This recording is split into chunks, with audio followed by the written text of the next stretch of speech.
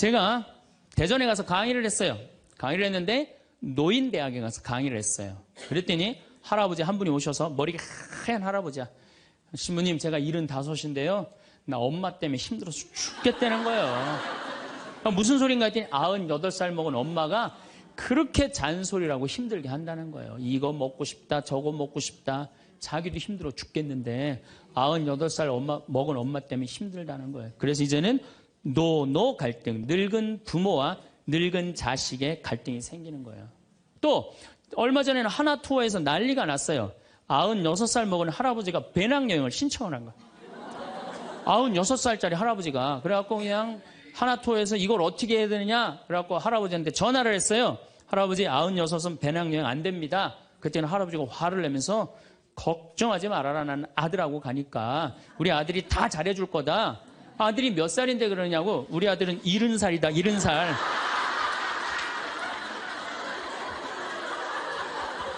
자, 여러분도 한번 생각을 해봐요. 그 소중한 자식 태어났는데 처음부터 네 생긴 대로 살아라 그랬으면 20년 동안 사랑이 쌓였을 거예요. 근데 처음부터 자기가 먼저 대통령, 판검사 목표 설정해놓고 애가 따르지 않는다고 애를 미워한다. 애가 잘못하는 거 부모가 잘못하는 거예요. 나는 100번 부모가 잘못한다고 생각을 해요. 공부 못하면 어때요? 애가 건강하고 자기 행복하게 살면 되지. 내 목표에 애가 따르지 못한다고. 그리고 애들이 공부 못하는 거는 누구 머리 닮아서 공부 못해요? 여러분들, 남자 여자는 XY고 여자는 XX죠? 그런데 이 Y 유전자는요, 성을 결정하는 아주 최소한의 정보만 갖고 있어요. 대개 X 안에 모든 게 다 들어있어요. 그러니까 엄마 아빠한테 갖고 와봤자 엄마 걸 더 많이 갖고 와요. 그러니까 애들이 공부 못하는 건 거의 엄마 닮아서 공부 못하는 거예요. 아니, 그러면은 애가 공부 못하면 자기 머리를 떨어야지. 여러분들, 나는 그래도 늙어서 자식하고 삽니다. 난 너무너무 행복합니다. 그런 할머니는 정말로 정신없는 할머니예요. 나이 먹으면 눈두덩 쳐져요, 안 쳐져요? 눈가 쳐져요, 안 쳐져요? 볼 쳐지고 입술 쳐져요. 그럼 자식하고 사는 할머니, 나는 저녁 먹고 화도 안 났어. 화도 안 나고 그냥 텔레비를 보고 있는데 어떻게 하고 보고 있느냐면 이러고 보고 있는 거예요. 이러고. 아들이 지나가다가 뭐가 화가 나는 일이 있어서 저러나. 제가 요즘 초등학교 강의를 많이 나가요. 초등학교 자모들. 아, 예뻐요. 예뻐요. 정말로 예뻐요.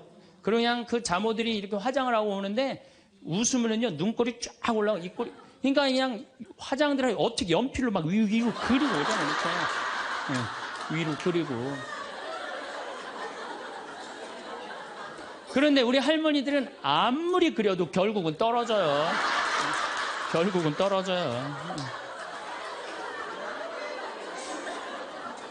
문제는 아들은 괜찮아요. 며느리가 무슨 죄가 있어요? 며느리가 이제 저녁 차려놓고 시어머니 식사하시라고 문을 딱 두들겼어. 방문을 딱 열었는데 또 이 시어머니 전기세 아낀다고 불은 꺼놓고 깜깜한 방에서 테레비만 보고 있는 거야. 테레비만. 그래갖고 그냥 밥 먹으라고 그랬는데 머리 하얀. 밥 먹으라고 그러냐? 문을 열 때마다 그냥 심장이 떡떡 떨어지는 거예요. 심장이 떡떡 떨어지는 거예요. 제일 만만한 건 누구냐면 늙은 부모님이야. 라고 찾아갖고 얘기를 해요. 어머니, 아버지, 내가 5천만 원만 있으면은 5억짜리 아파트 되면 내가 잘 모실 테니까 거기 있는 땅 좀 팔아갖고 나 5천만 원만 꿔달라고. 근데 이미 한국 천주교 할머니, 할아버지들은 나한테 강의를 들었어. 절대 자식들한테 재산 주지 말라는 강의를 들었어. 안 죽으니까 절대 재산 주지 말라는 강의를. 난 돈 없다. 딱 잡았대요. 그럼 느닷없이 부모가 미운 거예요. 느닷없이. 형제 친척한테 꿔달라고 그랬더니 형제 친척도 아무도 꿔주는 사람이 없는 거야. 다 미운 거예요.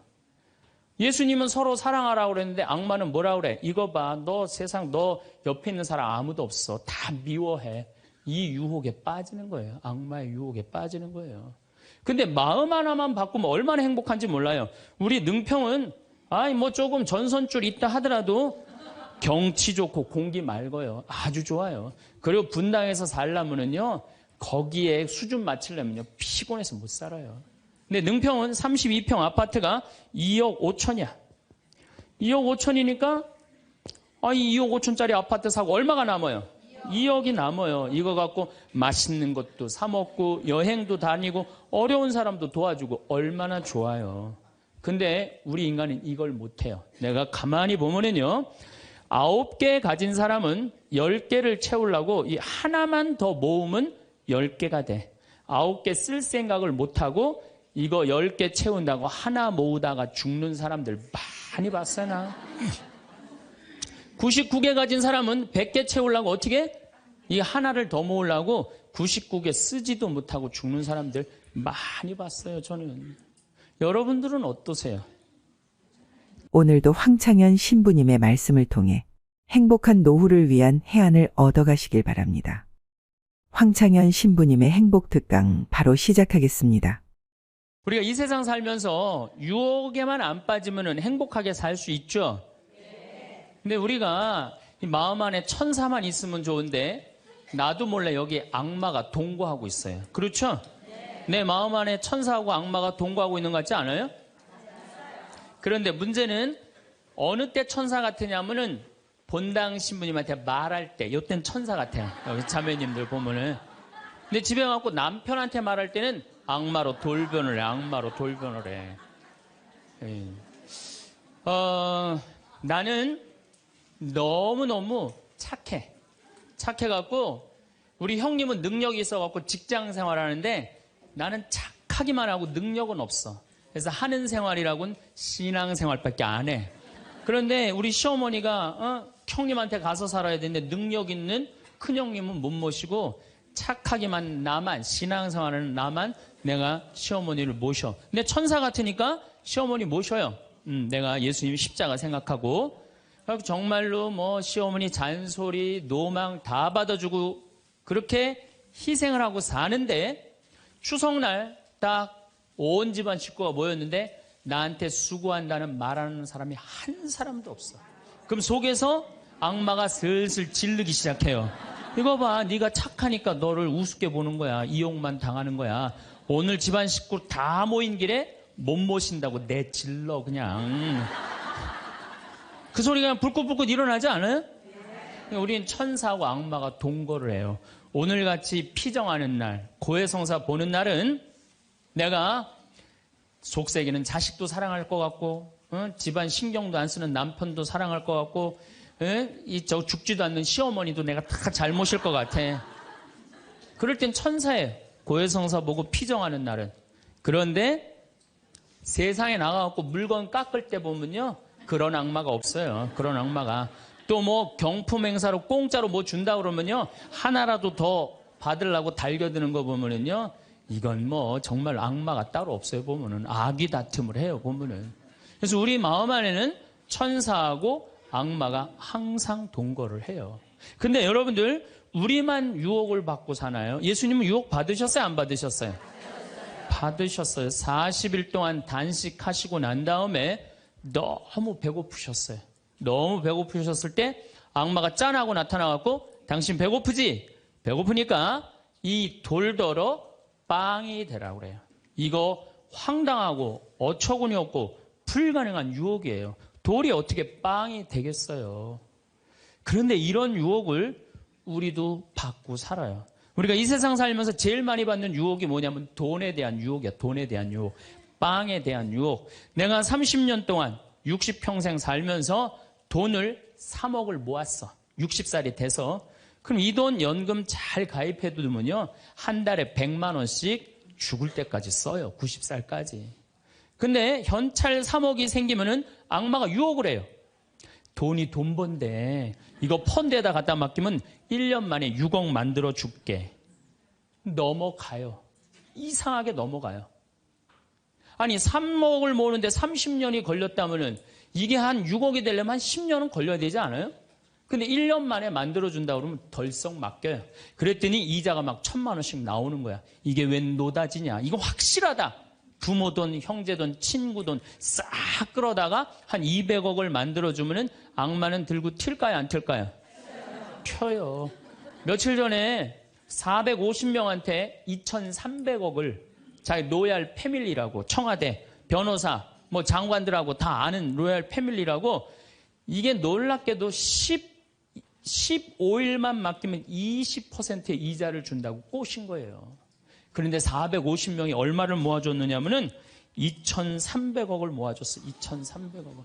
그래갖고 그걸 들고 튀었잖아요. 여러분들, 1 더하기 1은 2입니다.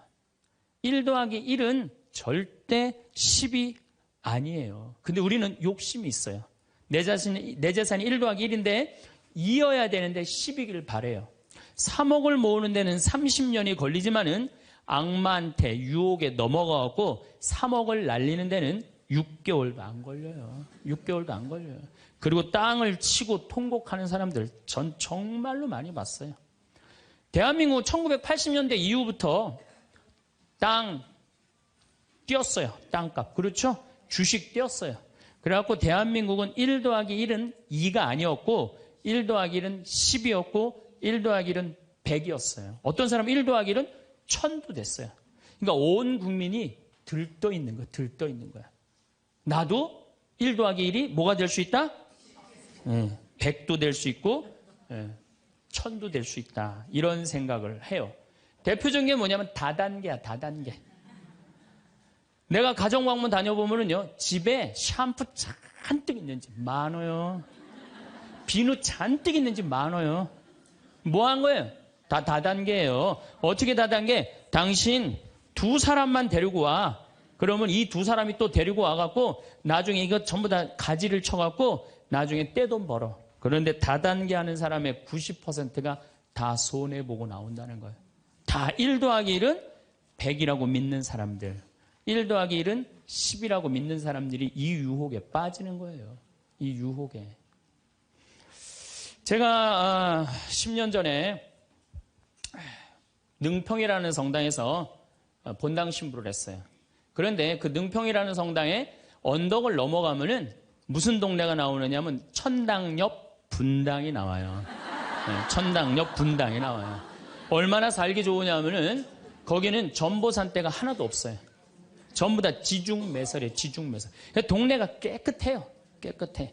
그리고 도로는 한 20m, 30m 주도로는 조경을 하게 돼 있어요. 동네마다 율동공원, 중앙공원, 공원 있고. 그래서 정말로 살기 좋아요. 우리 동네 사람들은 그 언덕만 넘으면 전보산대가 얼마나 많은지, 전선줄이 얼마나 많이 엉겨 있는지, 그 분당에만 있으면 마음이 차분한데 우리 동네만 딱 들어서면은 동네가 미친 여자 머리 풀어헤쳐 놓은 것 같아요.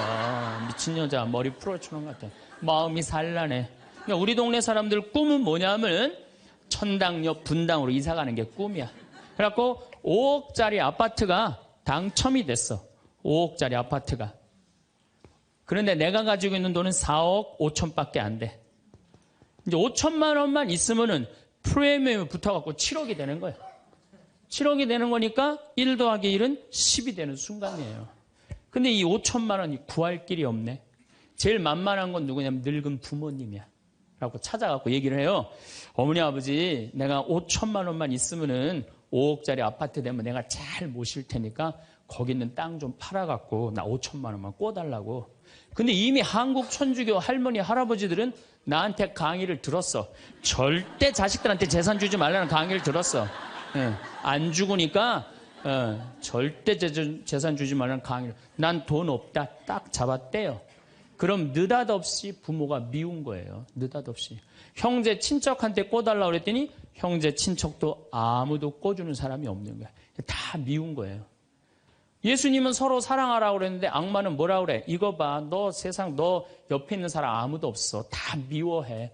이 유혹에 빠지는 거예요. 악마의 유혹에 빠지는 거예요. 근데 마음 하나만 바꾸면 얼마나 행복한지 몰라요. 우리 능평은 뭐 조금 전선줄 있다 하더라도 경치 좋고 공기 맑아요. 아주 좋아요. 그리고 분당에서 살려면은요, 거기에 수준 맞추려면요, 피곤해서 못 살아요. 근데 능평은 32평 아파트가 2억 5천이야.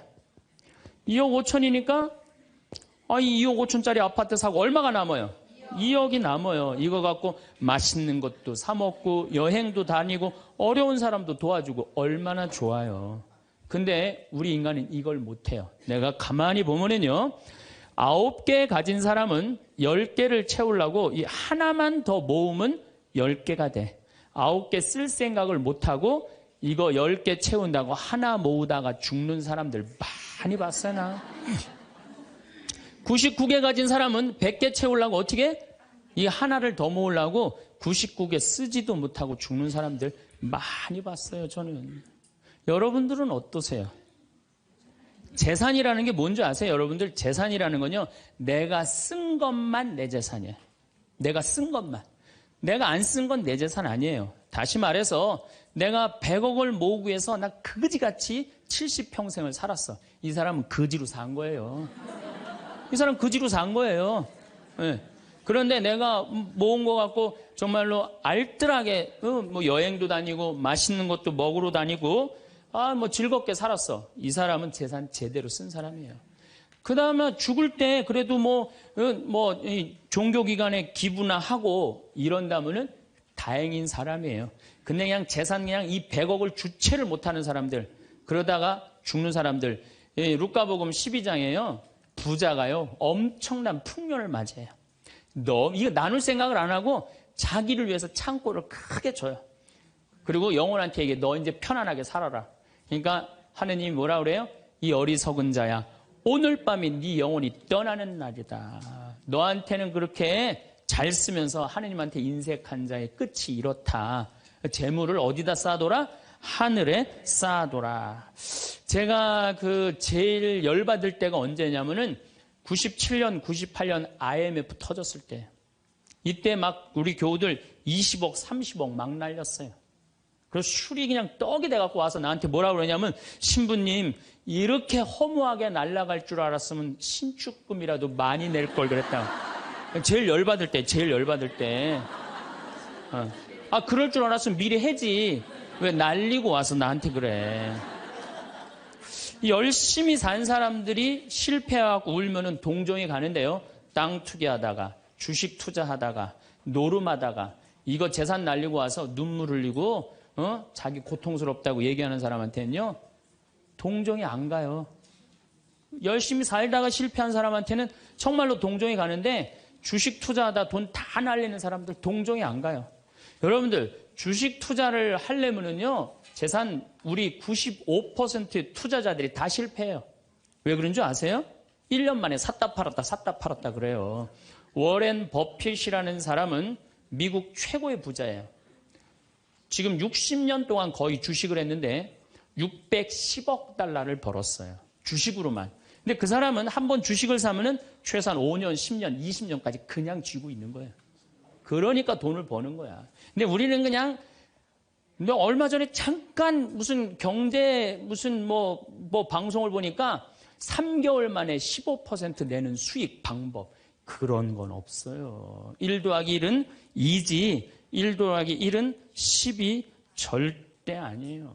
근데 우리는 그렇게 착각하고 사는 거예요. 그런 기대 속에서. 아프리카에는 원숭이 잡는 비법이 있어요. 어떻게 원숭이를 잡느냐 하면은 항아리 이렇게 만들어 놓고 주둥이, 원숭이 손이 들어갈 만한 주둥이를 만들어 놔요. 그리고 여기에다는 자갈을 잔뜩 넣어놔요. 그리고 여기다 바나나를 딱 놔요. 원숭이가 지나가다가 웬 바나나, 그리고 딱 바나나를 잡아요. 잡으면은 주먹이 커지는 거야. 바나나만 놓으면은 손이 빠지는데 잡은 바나나는 놓기 싫은 거야. 그러니까 이 무거운 항아리를 들고 이놈의 바나나 왜 안 빠지냐, 하루 종일 뛰어다니는 거야. 저녁에는 지쳐갖고 움직이질 못한대요. 그러면은 그 원숭이를 잡아서 먹는다는 거예요. 그런데 지금 여기 있는 여러분들 가운데서도 그 바나나를 못 놓고 계신 분들 많습니다, 지금. 네? 지금 땅을 쥐고 이러지도 못하고 저러지도 못하고 괴로워하는 사람들 많아요. 주식 사놔갖고 그냥 이러지도 못하고 저러지도 못하고 전전긍긍하는 사람들 많아요. 지금 놀 때예요. 노름에 빠져갖고 그거 원금 찾는다고 뛰어다닌 사람 지금 놓으면은 제일 행복해요. 지금 놓으면 살 수 있어요. 그런데 우리는 그거를 못하는 거예요. 그거를. 욕심을 이용하는 거예요. 악마가 우리를 왜 유혹할 수 있는 것 같아요? 우리의 욕심을 가지고 이용을 하는 거예요. 사기 치는 사람도 1 더하기 1은 100이라고 그러면서 홍보를 하죠. 유혹을 해요. 근데 1 더하기 2는 2라고 믿는 사람은 절대 유혹에 안 빠져요. 근데 1 더하기 1은 100이 되기를 바라는 사람은 그 어처구니 없는 악마의 유혹에 빠진다는 거예요. 난 말할 거 없어요. 내가 그러니까. 내가 여기 생태마을 시작할 때 15년 전에 돈이 한 푼도 없었어요. 그래갖고 우리 교구 70세 원로 신부님한테 찾아갔어요. 김창린 필립보 신부님. 여기가 필립보 생태마을이죠?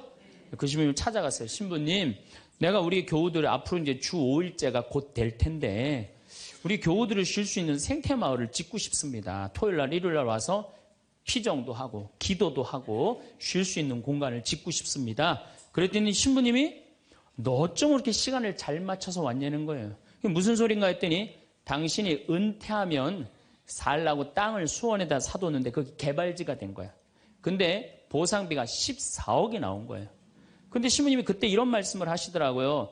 우리 신부들 은퇴하면 교구청에서 아파트 한 채 사주는데 내가 그 돈이 뭐가 필요하냐고. 너 그렇게 좋은 일에 쓴다니 내가 너한테 주마. 하루아침에 14억을 받았어요. 내가 이마에 돈복 이렇게 써있다니까요. 이제 그걸 가지고 이 생태마을을 꾸미려고 계획을 해보니까 이거는 뼈대밖에 못 올리겠더라고. 그래서 3개월 동안 전전긍긍을 하는데 신부님이 나를 다시 부르셨어요. 황 신부 와봐라. 너 그거 갖고는 그거 완성을 못하겠다. 내가 평생 북에서 넘어오셨거든요. 그래갖고 학비에 너무 고생을 하셔갖고 신학생들 장학금을 모은다고 10억을 모아두셨어요. 그 10억도 내가 귀양 너 투자하는 거 내가 너한테 해주마. 대신 나중에 네가 장학사업은 이어서 해라. 내가 그 약속을 받고 신부님 또 10억을 또 주셨어요. 24억이 된 거야. 그랬더니 그때 그 본당 신부님이 13,000명 본당이 있었는데 교우들이 신부님이 이런 좋은 일에 한다니까 3억을 모아줬어요. 27억이 됐어.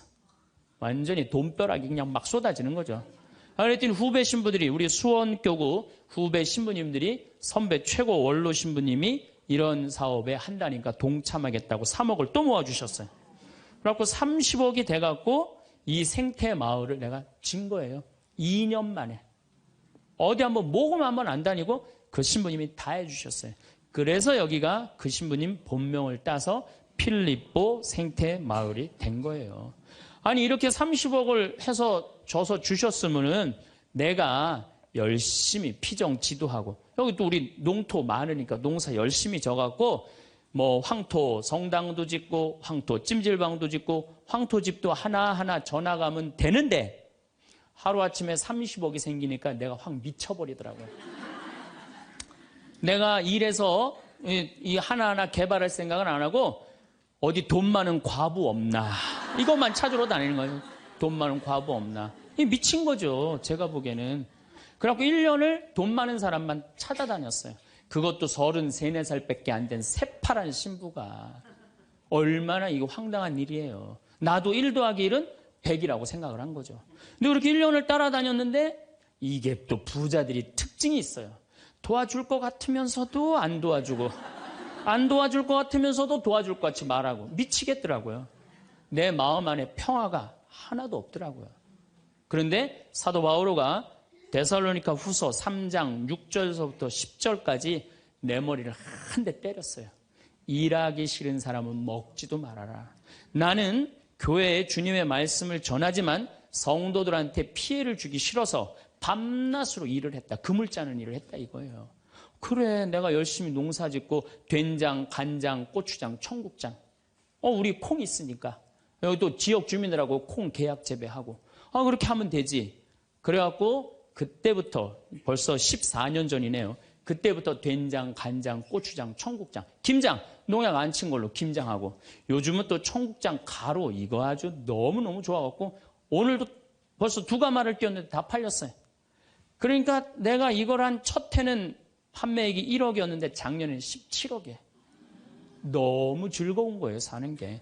저 신부님 떼돈 버나 보다. 떼돈은 남지 않아요. 원료값이 너무너무 많기 때문에. 그렇지만은 내가 우리 교우들한테 농약 안 친 거, 먹을거리 제공해주고, 이 지역에 지금 3만 평 농약 안 치고, 농사 짓고, 여기 50명 주민들한테, 여기 주민들 지금부터 농한기거든요.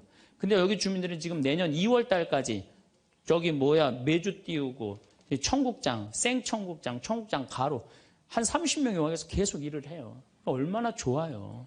이러면서 내가 행복하게 살면 되는데 아니 내가 미쳐갖고 그냥 한 1년 동안 돌아다닐 땐 마음이 평화롭지가 않더라고요. 여러분들 남의 재물을 탐낼 때부터요. 그때부터 평화는 깨지는 거예요. 남의 재물을 탐낼 때부터. 여러분들 우리 고모가 하나 있어. 근데 이 고모가 친척이 나라고 조카라고 나 하나밖에 없어. 근데 시집을 안 갔네 이 고모가. 근데 그냥 돈을 많이 벌어갖고 천당역 분당에 아파트도 한 채 있고 빌딩도 하나 있고 저기 막 통장에 돈도 많아. 그럼 이 조카가 저 고모 늙은 고모 죽으면은 저 재산이 누구한테 온다? 나한테 온다. 이 생각하는 순간부터 얘는 불행한 거예요. 고모 재물 탐내는 순간부터 얘는 불행한 거예요. 남의 재물을 탐내면 안 되는데 악마는 뭐라고 우리한테 유혹을 하느냐면 남의 재물을 탐내라고 유혹을 해요. 우리 어머니 아버지가 잘 살아. 저 재산 나한테 오겠지. 그때부터 얘는 일 안 해요. 딴 생각만 하는 거예요. 1 더하기 1은 2라고 생각 안 하고 1 더하기 1은 100이 된다고 생각을 하고 사는 거예요. 절대 평화롭지가 않아요. 또 여러분들 형제 중에 누가 잘 살아. 우리 형이 잘 살아. 누나가 잘 살아. 근데 내가 이번에 아이가 대학을 들어가. 나 등록금 좀 안 대주나. 이때부터 죄짓기 시작하는 거예요. 이때부터 미워하기 시작하는 거예요. 성당 질 때도 마찬가지예요. 성당 질 때도 내가 하느님 아버지 집을 줘. 그러면은 그 하느님 아버지 집 짓는데 내가 봉헌하면 되잖아. 근데 그냥 나는 봉헌할 생각 안 하고 우리 성당에 제일 부자가 저거 얼마 봉헌하나 이것만 기다리고 있는 거야. 근데 그냥 그 부자는 내가 보기엔 1억을 해도 되는데 500만 원밖에 안 했어. 그럼 뭐라고 그러냐면 예수님 말 틀린 거 하나도 없어. 응? 부자가 천국 들어가는 거는 낙타가 바늘구멍 통과하기보다 아는 건 또 많아갖고 그냥 그러면서 그 사람 욕하는 거. 제 생각엔 이래요. 그렇게 부자 헌금 얼마 내나 그거 쳐다보고 있는 것도 남의 재물 탐내는 거예요. 그 사람 마음에 평화 없어요. 내가 가지고 있는 것만 누구한테 봉헌하면 돼? 하느님한테 봉헌하면 되는 거예요. 우리가 이 돈에 대한 유혹, 이것 때문에 죄를 짓고 사는 거예요. 그런데 유혹 중에 제일 무서운 유혹이 뭔지 아세요? 여러분들 돈 왜 벌어요? 자식 욕심 때문에 버는 거예요. 자식 때문에 여러분들 돈 버는 거예요. 자식 때문에. 아메리카의 인디안들은 자식이 태어나면 어디다 봉헌하냐면 별한테 봉헌한다고 그래요. 우리 아이 추억 많게 해달라고.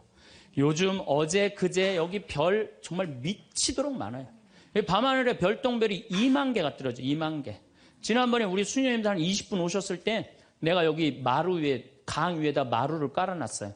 그 위에다 밤에 침낭을 하나씩 다 드려요. 그럼 누워갖고 별을 보는데 별똥별이 1시간 동안 10개가 떨어졌대. 10개가.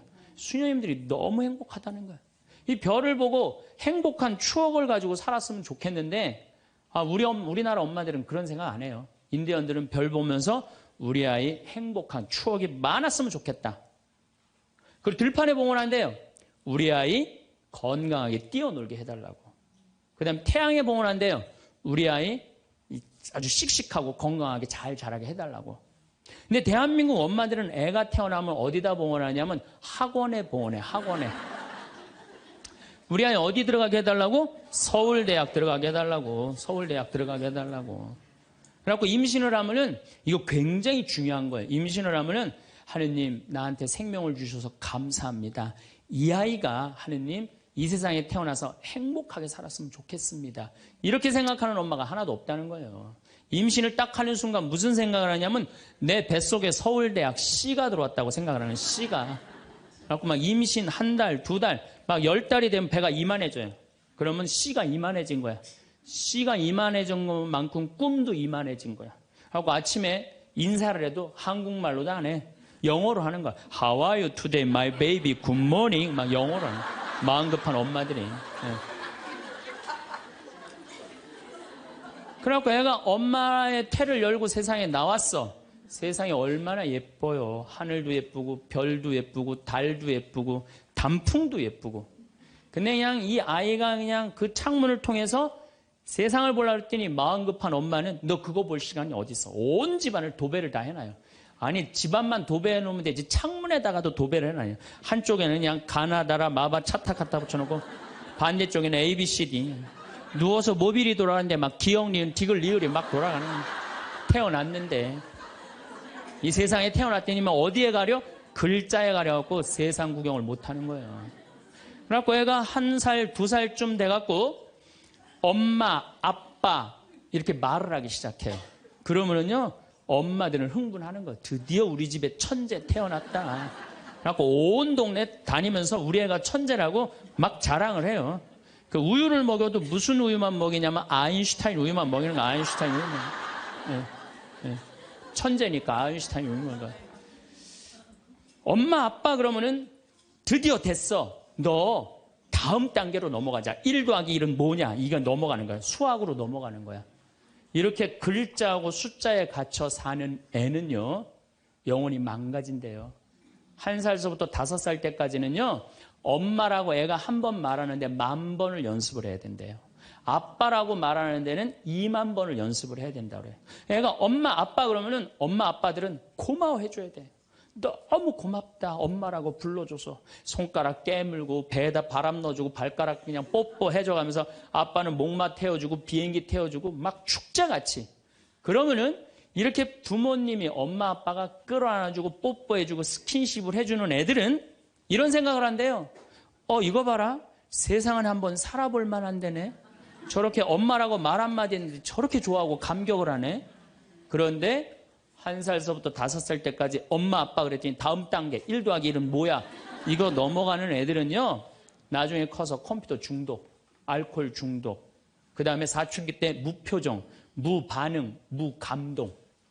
여러분들 자녀들 중에 사춘기 해갖고 엄마 막 이렇게 쳐다보고 있는 애들 봐요 안 봐요?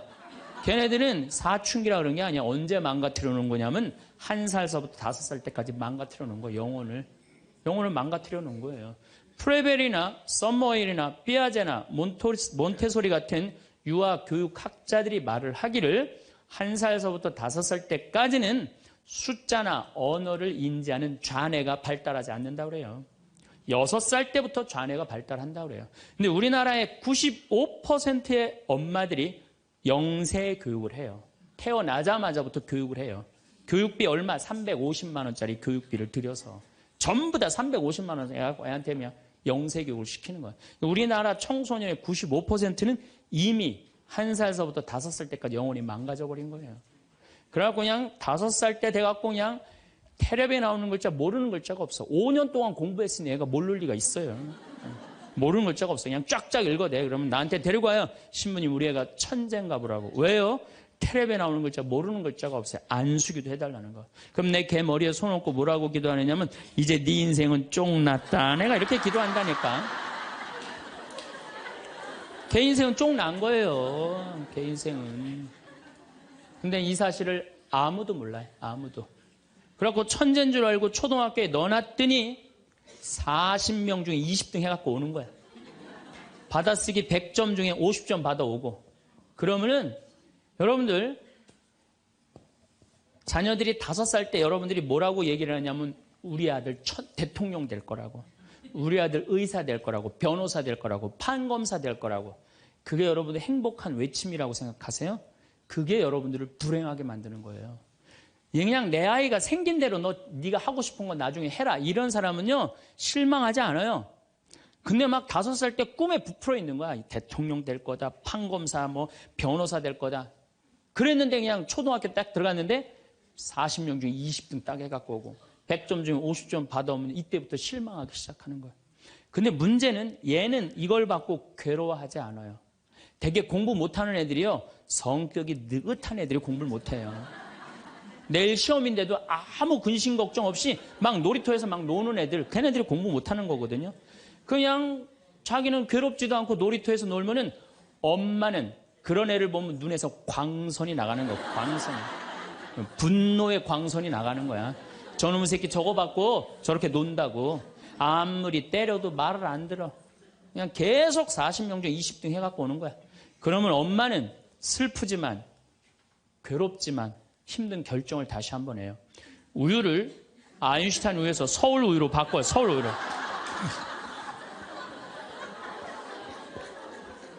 그래갖고 그냥 그렇게 6년 동안 서울 우유를 먹였는데 중학교 딱 올라갔는데 초등학교 때 말 안 듣는 거하고 차원이 틀려요.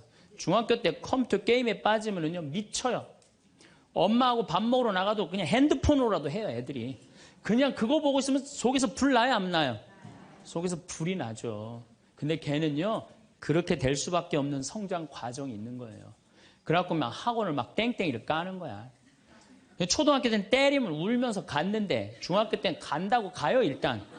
그러고 난 다음에 지가 알아서 컴퓨터 게임방 가서 게임하고 놀고 밤 10시에 학원 다녀왔다고 거짓말 하는 거야. 그러니 안 그래도 꼴배기 싫은데 그냥 불이 나는 거야. 이미 학원에서 전화 받은 내가 안 왔다고. 그럼 이놈의 새끼 어디서 거짓말 하느냐고 때리려고 그러는데 이게 너무 커갖고 손이 닿아요, 안 닿아요? 안 닿아요.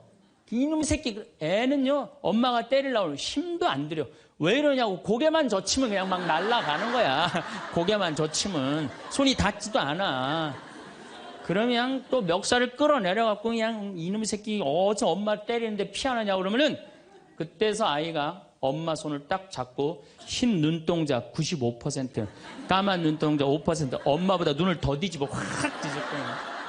왜 이러냐고, 나 좀 제발 놔두라, 나 공부하는 거 지겹다고 엄마를 확 밀쳐내요. 그럼 엄마는 그냥 마룻바닥에 확 널브러지면서 마룻바닥을 움켜쥐고 너무 슬프지만은 힘든 결정을 다시 한번 해요. 우유를 서울우유에서 연세우유로 바꿔요. 연세우유로.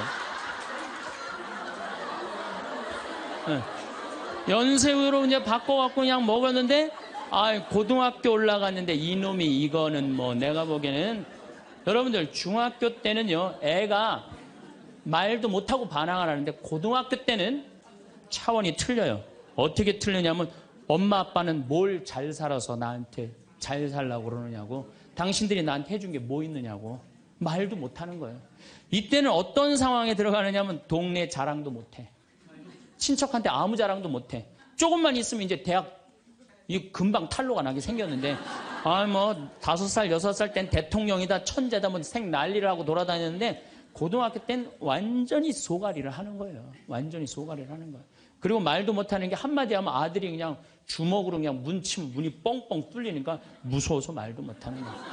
그러면 그냥 동네에도 말 못하고 그냥 집에서도 말 못하고 엄마만 속병이 드는 거예요.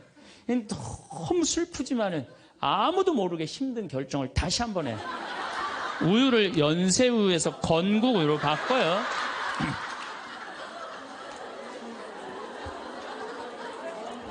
건국우유로 바꿔서 그렇게 먹였는데 고등학교 3학년 때 보니까 모의고사를 봤는데 15% 안에 들어야지 서울에 있는 학교를 가는데 30% 뒤로 막 밀리는 거야. 내가 재미난 경험이 있었어요. 내가 아주대학 환경공학과 대학원을 다닐 때 그 옆에 창현고등학교, 유신고등학교가 있었어요.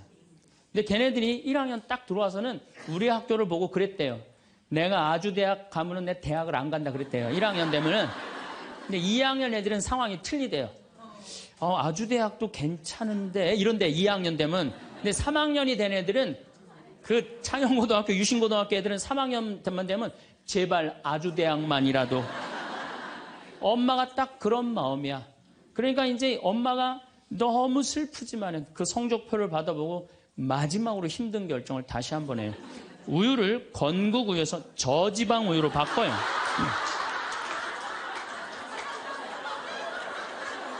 저지방 우유로 바뀌는 거예요. 그래갖고 그냥 제발 지방대학은 가지 말라고. 그래갖고 그냥 지방대학 그렇게 가지 말라고 저지방 우유를 먹었는데 애가 결국은 지방대학을 갔어. 이때부터 자식이 미운 거예요. 그러니까 우리나라 초등학교, 중고등학교, 대학생 중에 부모하고 제일 사이 나쁜 세대가 대학생이 제일 나빠요. 그 정도는 부모하고 마음이 통해야 되는데, 말이 통해야 되는데 말이 안 통하는 거예요. 그냥 부모 싫다고 떠나가는 거예요. 자식 놓치는 거죠. 영원히 떠나가는 거예요. 자, 그런데 신부님, 내 아이는 너무 똑똑해요. 아주 착해요. 반에서 1등, 전교에서 1등 해갖고 서울대학 갔어요. 그런데 서울대학 간 자식도 사실은 별로 소용없어요. 서울대학 가갖고 얘가 졸업을 해갖고 삼성에 취직을 했어. 출근을 했는데 내가 나눴는데도 어쩜 저렇게 잘생겼어. 빛이 번쩍번쩍 나. 그렇게 빛이 번쩍번쩍 나면 너무 보기 좋은 거야. 내 자식이지만. 그런 자식일수록요, 자라는데 아무런 도움도 주지 않은 나보다 훨씬 예쁘고 훨씬 젊은 여우 같은 며느리가 나타나서 낚아채 가는 거예요. 그날로 끝나는 거예요. 그날로. 여러분들, 옛날에는 부모 자식이 끈끈했어요. 왜 옛날에는 부모 자식이 끈끈했느냐면 평균 연령이 46세였을 때 100년 전만 해도 46세까지 못 살았어요.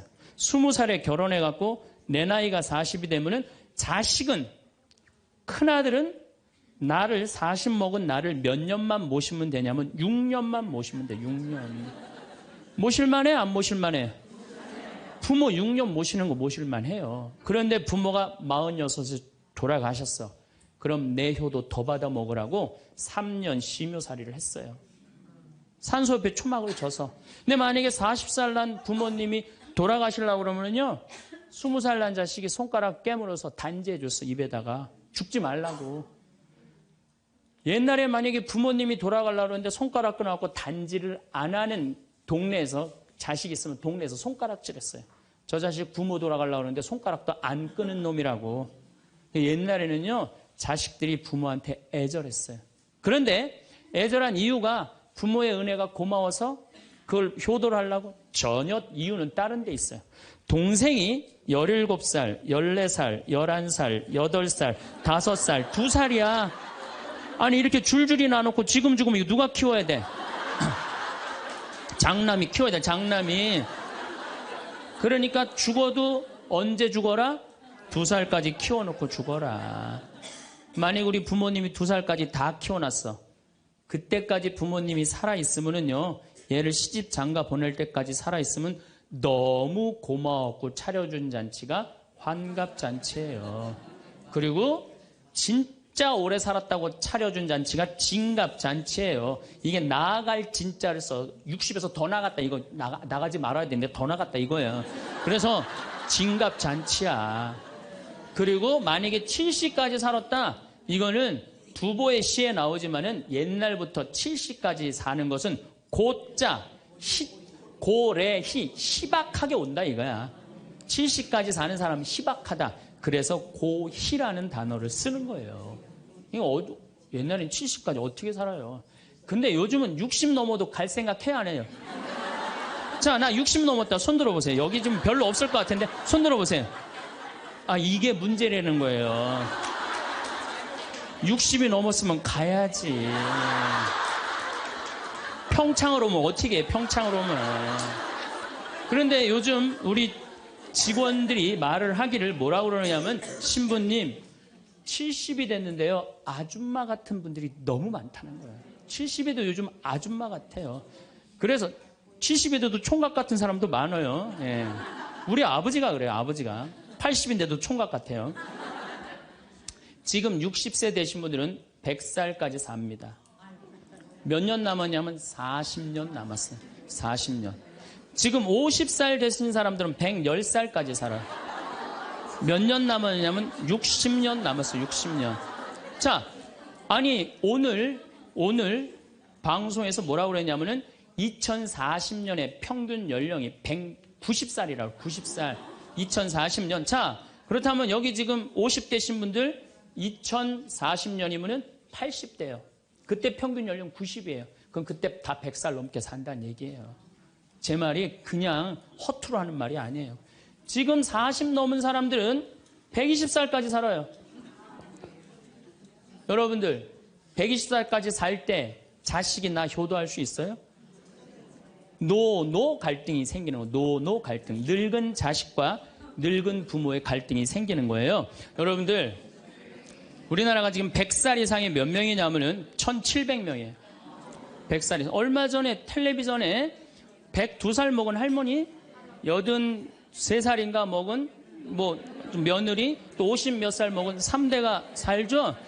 이제는 그런 일이 다반사로 생긴다는 거예요. 다반사로. 지금 70살 넘은 우리나라 인구가 240만 명이에요. 70살 이상이. 60세 이상이 뭐 65세 이상이 540만 명, 540만 명. 초등학교 애들이 310만 명이에요. 그러니까 요즘 길에 나가보면요. 우리 어렸을 땐 길에 애들이 바글바글 했어요. 구슬치기, 딱지치기 그냥. 할머니는 이런 할머니 하나 이렇게 구경하고 있었어요. 근데 요즘에 길에 나가보면 애들은 하나도 안 보여요. 애들은 낳지도 않고 학원에 가고. 길에 나가면 누구만 바글바글 하냐면 할머니, 할아버지들만 바글바글하고 돌아가요. 21세기는 그래서 노인의 시대라는 거예요. 여러분들은 그런데 더 심각한 건 지금 70, 80 되신 분들은 그나마 이제까지 살아왔어. 이제 10년, 20년만 하면 견뎌요. 여러분들은 앞으로 50년, 60년 남아있어요. 그 인생에 대한 설계가 준비되어 있습니까? 안 돼 있습니까? 안 돼 있어요. 자, 여기 우리 응암리라는 곳에 92살인가 91살 먹은 친정 엄마를 63살 먹은 딸이 모시고 들어왔어요. 근데 이 자매가 하는 말이 자기는 평창에 들어와갖고 밤에 깜깜한 것도 하나도 안 무섭고 짐승 소리도 하나도 안 무섭대. 뭐가 제일 무서우냐면 아침에 밭에 나가고 일하고 들어오고 이제 아침 먹으러 딱 들어오면은 엄마가 거실 정가운데 소파에 앉아갖고 91살 먹은 엄마가 이러고 쳐다보는 게 제일 무섭대. 제일 무섭대. 자, 그렇다면은 여러분들은 나이 60이 돼서 여러분들 옆에 있을 사람은 누굴까요? 그렇죠. 남편이에요. 남편인데 이 사실을 30년 동안 까맣게 까먹는 거예요. 이 사실을 30년 동안 까맣게 까먹고 누구한테 30년 동안 미쳐 있어요? 자식한테 미쳐 있는 거예요. 자식한테 미쳐 있다가 이제 자식이 떠나면은 이런 생각을 해요. 나는 그동안 자식 키우느냐고 애썼으니까 이제는 찜질방도 가고 평창 생태마을 피정도 좀 가고 성주순례도 가고 내가 편안하게 살으리라 이런 생각을 하는데 전혀 예상치 못한 일이 벌어져요. 남자는 무슨 생각을 하냐면 30년 동안 떠돌아다니다가 귀소 본능이 생겨요. 이제는 마누라한테 돌아가리라 이런 마음이 들어요. 여자는 이제 편안하게 살려고 그러는데 남자는 귀소 본능이 생기는 거예요. 이때부터 부부 사이에 갈등이 생기는 거예요. 이때부터. 전혀 부부의 사랑을 생각하지 못하고 자식한테만 미쳐있고 남자는 바깥에만 미쳐있다가 60에 딱 만나갖고 젊었을 때는 그렇게 맛있는 거 차려놓고 여보 일찍 들어와 그래도 안 들어오더니 이제 60 넘어서 굳이 집에 안 들어와도 되는데 때 따라 철 따라 찾아 들어오면 신경질이 나요 안 나요? 여러분들 며칠 전에 할머니들이 72%가 할머니들이 할아버지 뒷바라지하기 싫다고 그랬잖아요. 나왔죠? 그러니까 이게 심각한 문제예요. 어떻게 할 거야? 품격이 느껴지는 사람이 있습니다. 그런데 처음에는 아니었지만 나이 들수록 유독 품격이 높아지는 사람이 있습니다. 과거에는 엉성하고 실수도 하고 잘못된 행동으로 어려움을 겪었던 사람이 점점 달라지는 모습에 놀랍니다. 품격을 태생이나 가정환경 영향이 크다고 생각하지만 이 사람들은 스스로 자신을 다듬어 갔다고 할까요? 이렇게 될 수 있었던 이유는 그들이 어려움에서 빠져나온 방법, 우물안 개구리가 되지 않을 수 있었던 방법 등에서 찾을 수 있었습니다. 이를 계기로 그들은 점점 변하고 발전할 수 있었습니다. 오늘은 이들을 통해 나이 들수록 유독 품격 높아지는 사람들 특징 5가지, 나이 들수록 품격 있는 사람이 되는 법에 관해 말씀드릴까 합니다. 첫 번째, 말을 함부로 하지 않는다. 20에서 30대에는 말을 조심해서 하던 사람이 나이 들면서 조심하지 않고 말하는 경우가 있습니다. 이유를 살펴보면 눈치 볼 사람이 없어서, 힘이 생겨서, 자기 생각이 굳어져서, 많이 알아서 등이 있었습니다. 자신은 거침없이 말에 편할지 모르지만 듣는 사람은 상처를 받습니다. 조언이나 비평이라는 말로 상대에 대해 함부로 이야기하는 사람도 마찬가지입니다. 사람의 품격을 가장 쉽게 알 수 있는 것은 말이라고 생각합니다. 말에서 그 사람의 내적인 면을 보게 됩니다. 상스럽게 말하거나 함부로 말하면서 상대를 누른다고 생각할지 모르지만 자신은 더 낮아지는 결과를 가져옵니다. 자신을 높이는 가장 쉬운 방법은 상대를 높임으로써 함께 높아지는 것입니다. 말에 상대를 배려하고 존중하는 마음을 담으면 나도 높아집니다. 이런 말을 품격 있는 말이라고 합니다. 나이 들수록 유독 품격 높아지는 사람들은 말의 힘을 새삼 느낀 사람들입니다. 20에서 30대 때 상스러운 말이나 함부로 이야기했지만 이런 습관을 나이 들면서 버린 사람들입니다. 말로 인한 피해를 깨닫고 말에 특히 신경을 씁니다. 할 말을 여러 번 심사숙고합니다. 힘이 생기고 아는 게 많아지면 조심성이 떨어질 법도 한데 말 무서운 줄 알기에 조심합니다. 남을 폄하하거나 자만하지 않습니다. 남을 인정할 줄 압니다. 품격에서 숙성이란 단어도 떠오릅니다. 숙성이란 나이 듦입니다. 그러나 사람은 나이 들었다고 품격 있는 것이 아닙니다. 내적으로 성숙해야 합니다. 말이 바로 그 내적 성숙을 보여줍니다. 두 번째, 어려워도 미소를 잃지 않는다. 나이 들수록 유독 품격 높아지는 사람들 중에는 젊은 시절 큰 어려움을 극복했던 사람들이 적지 않습니다. 하지만 그들은 어려움 속에서도 미소를 잃지 않았습니다. 처음엔 그들도 힘들었습니다. 부정적이고 한탄했지만 계속 이런 기운에 끌려다니지 않았습니다.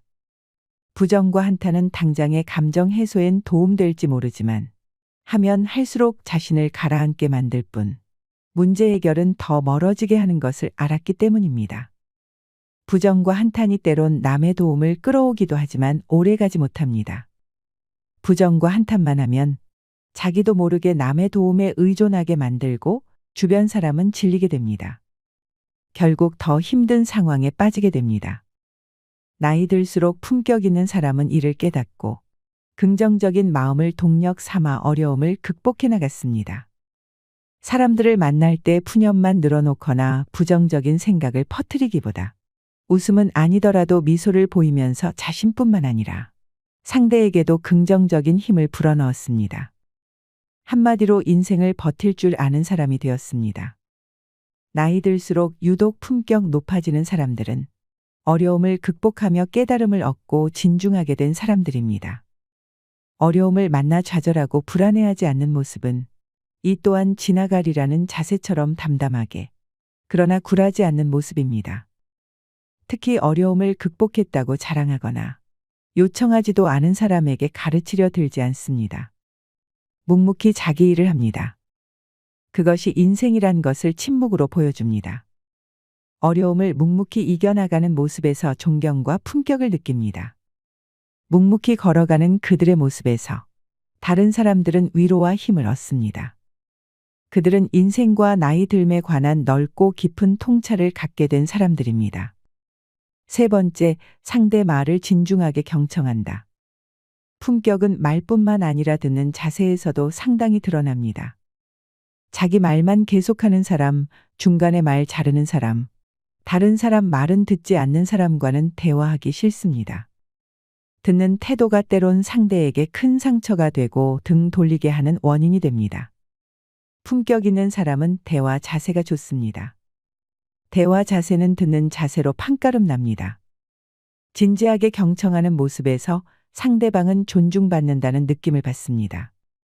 말에 상대를 배려하고 존중하는 마음을 담는 것이 품격 있는 말이라면 진지하게 경청하는 자세는 품격 있는 듣기입니다.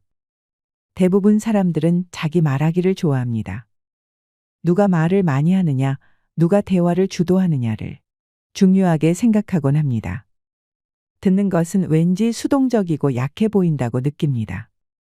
침묵은 견디기 힘듭니다.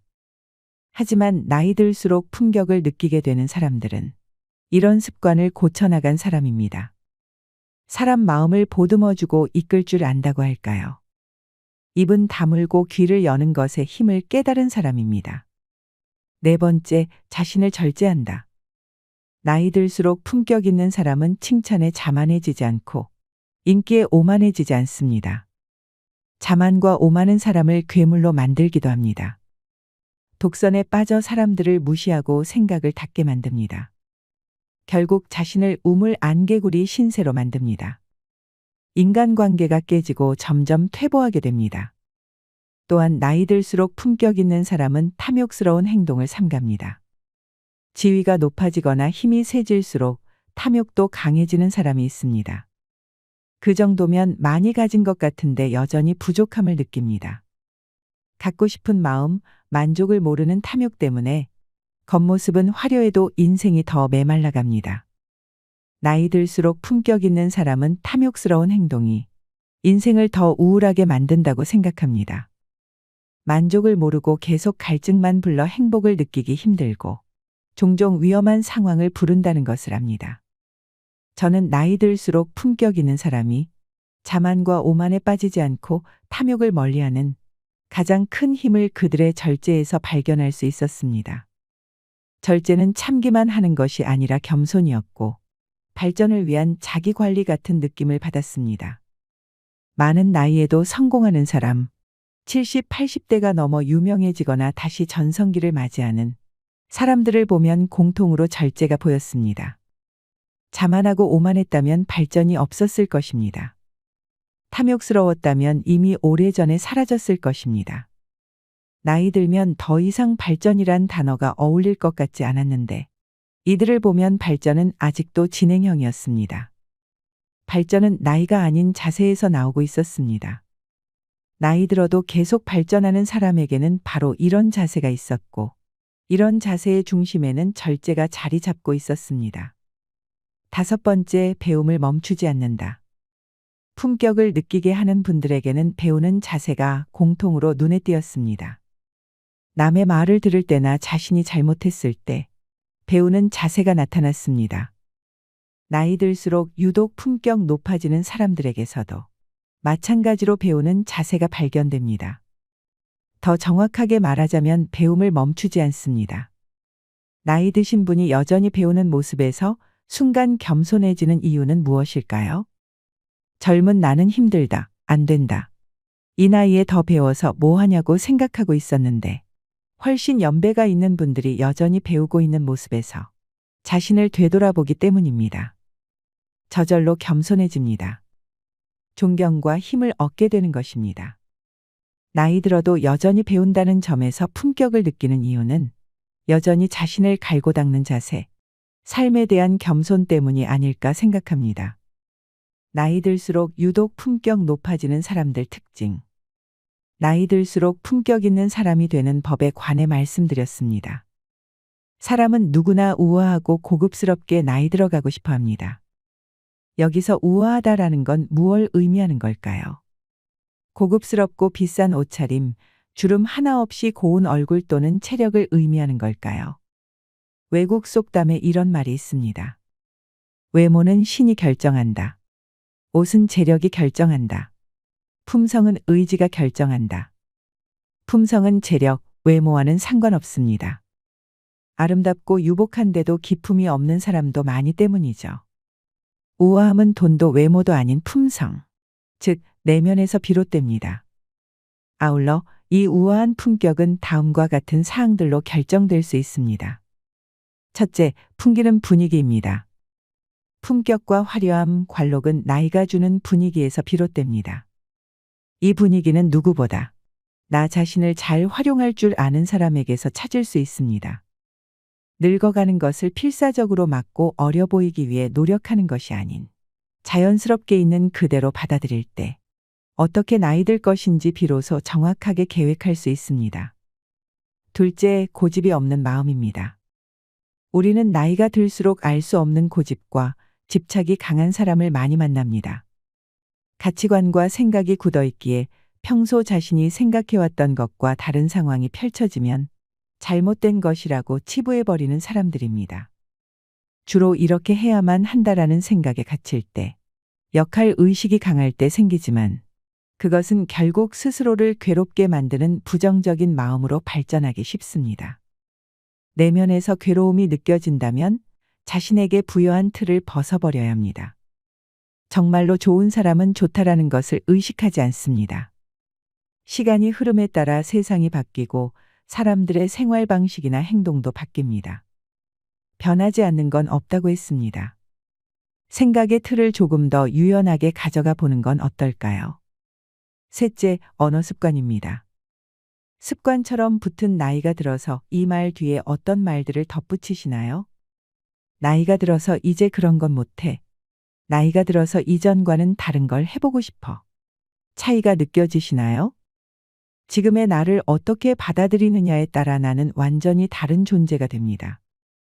이제 이런 말버릇이 나도 모르게 튀어나온다면 그 뒤를 긍정적인 말로 바꿔보는 게 어떨까요? 우아함은 나라는 사람의 스토리를 어떻게 쓰고 나라는 사람의 그림을 어떻게 그릴 것인가에 따라 결정됩니다.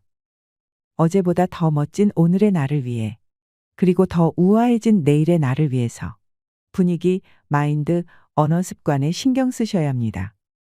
나이가 들어갈수록 그에 걸맞는 품격에 대한 책임은 나 스스로에게 있다는 걸 잊지 마세요. 마지막으로 노년기에 들어야 될 좋은 글 읽어드리면서 오늘의 영상 마무리하겠습니다. 세상의 참된 주인공은 당신입니다. 세상이 아무리 험악할지라도 진정 사랑을 거부하는 사람은 없습니다. 누구든 정말 자신을 사랑하는 사람이 있다는 것을 알면 그는 희망을 갖게 됩니다. 그리고 자신을 둘러싼 문제가 무엇이든 간에 이겨낼 힘을 얻습니다. 세상 모든 사람에게 필요한 것은 사랑입니다. 어려움을 만난 사람에게는 더욱 더 사랑이 필요하지요. 사람마다 자기가 좋아하는 유형이 있습니다. 키가 큰 사람, 말을 재미있게 하는 사람, 잘생긴 사람, 귀여운 사람, 터프한 사람, 돈 잘 쓰는 사람, 날씬한 사람, 통통한 사람 등 다양합니다. 그런데 이 다양한 사람들의 다양한 취향에도 불구하고 모든 사람들이 공통적으로 희망하는 유형이 있습니다. 마음이 넓은 사람과 사랑할 줄 아는 사람입니다.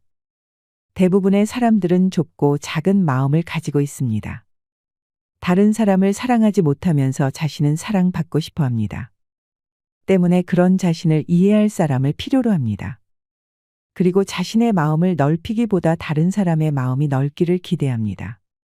그러나 우리가 사는 이 땅에는 넓은 마음을 가진 사람이 적습니다. 처음 만났을 땐 마음이 넓은 것 같지만 조금 지나면 그도 역시 우리만큼 밖에 안 되는 속 좁은 사람이라는 것을 알게 됩니다. 그러면 우리는 또다시 마음 넓은 사람을 찾아갑니다.